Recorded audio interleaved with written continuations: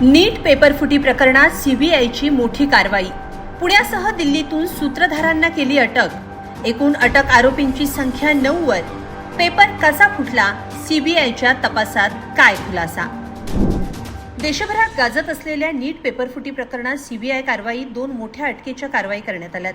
यातली पहिली कारवाई ही पुण्यातून झाली तर दुसरी अटक ही दिल्लीतून करण्यात आली आहे. पेपरफुटी प्रकरणात ही कारवाई सीबीआयनं कशी केली आहे, नेमके काय खुलासे होत आहेत, सविस्तर पाहूया.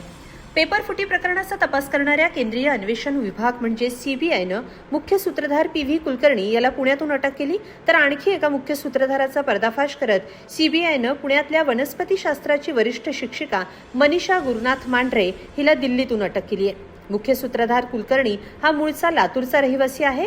तो नॅशनल टेस्टिंग एजन्सीच्या वतीनं परीक्षा प्रक्रियेशी संबंधित रसायनशास्त्र विषयाचा व्याख्याता म्हणून कार्यरत होता. त्याच्याकडे नीट परीक्षेच्या मूळ प्रश्नपत्रिका उपलब्ध होत्या असा गंभीर आरोप सीबीआयनं केलाय. तर मनीषा मांढरे ही नीट परीक्षेच्या प्रश्नपत्रिका तयार करण्याच्या प्रक्रियेत तज्ज्ञ म्हणून सहभागी होती. तिनं पुण्यातल्या मनीषा वाघमारे हिच्या माध्यमातून विद्यार्थ्यांना एकत्र करून विशेष शिकवणी वर्ग घेतल्याचं सीबीआयच्या तपासात समोर आलंय. या वर्गांमध्ये शिकवण्यात आलेले अनेक प्रश्न प्रत्यक्ष नीट परीक्षेच्या प्रश्नपत्रिकेशी जुळल्याचं सीबीआयनं स्पष्ट केलंय. पेपरफुटीच्या या प्रकरणात बिबवेवाडीतील ब्युटी पार्लर चालक महिला मनीषा वाघमारेच्या अटकेनंतर हे खुलासे होत आहेत. वाघमारेनं विद्यार्थ्यांना मार्गदर्शन करण्यासाठी एप्रिल 2026 मध्ये मनीषा मांढरेला तिच्या घरी बोलावलं होतं. तिथं मांढरेनं विद्यार्थ्यांना मार्गदर्शन केलं, त्यांना प्रश्न, अचूक उत्तरांची माहिती दिली. ही बाब तपासात उघडकीस आल्यानंतर प्राध्यापक मांढरेला अटक करण्यात आली अशी माहिती सीबीआयकडून देण्यात आली आहे. तर सीबीआयने दिलेल्या माहितीनुसार एप्रिल 2026च्या शेवटच्या आठवड्यात मुख्य आरोपी पी.व्ही. कुलकर्णी यानं या प्रकरणातली दुसरी महिला आरोपी मनीषा वाघमारे हिच्या सोबत मिळून पुण्यातल्या आपल्या निवासस्थानी निवडक विद्यार्थ्यांसाठी एक विशेष शिकवणी वर्गाचं आयोजन केलं होतं. या गुप्त सत्रांमध्ये विद्यार्थ्यांना परीक्षेतले प्रश्न, त्याचे पर्याय आणि अचूक उत्तरं लिहून देण्यात आली. विद्यार्थ्यांनी त्यांच्या वहीत नोंदवून घेतलेले हे प्रश्न 3 मे 2026 रोजी झालेल्या प्रत्यक्ष नीट परीक्षेतल्या रसायनशास्त्राच्या प्रश्नपत्रिकेशी तंतोतंत जुळल्याचं सीबीआयच्या तपासात स्पष्ट झालंय.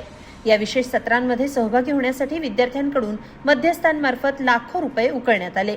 सीबीआयनं केलेल्या चौकशीनुसार राष्ट्रीय परीक्षा संस्थेकडून मांढरेची तज्ज्ञ म्हणून नियुक्ती करण्यात आली होती. तिला वनस्पतीशास्त्र आणि प्राणीशास्त्र विषयाच्या प्रश्नपत्रिकांची माहिती होती. यातले बहुतांश प्रश्न 3 मे 2026 रोजी झालेल्या नीट यूजी परीक्षेतल्या प्रत्यक्ष प्रश्नपत्रिकेशी जुळल्याचं निष्पन्न झालंय.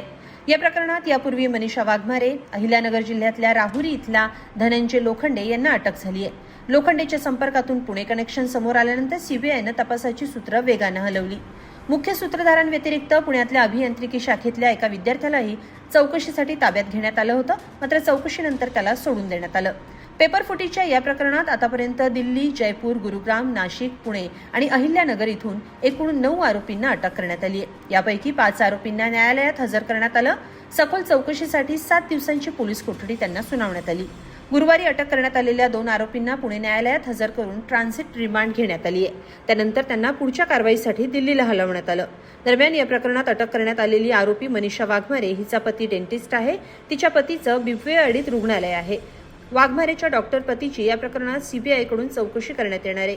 सीबीआयच्या तपासादरम्यान प्रश्नपत्रिका फुटीचा मूळ स्रोत आणि विद्यार्थ्यांना लाखो रुपयांच्या बदल्यात या रॅकेटमध्ये ओढणारे मध्यस्थ यांची ओळख पटली आहे. या प्रकरणाचे धागेदोरे खूप खोलवर पसरलेत. आगामी चौकशीत आणखी काही धक्कादायक खुलासे होण्याची शक्यता आहे.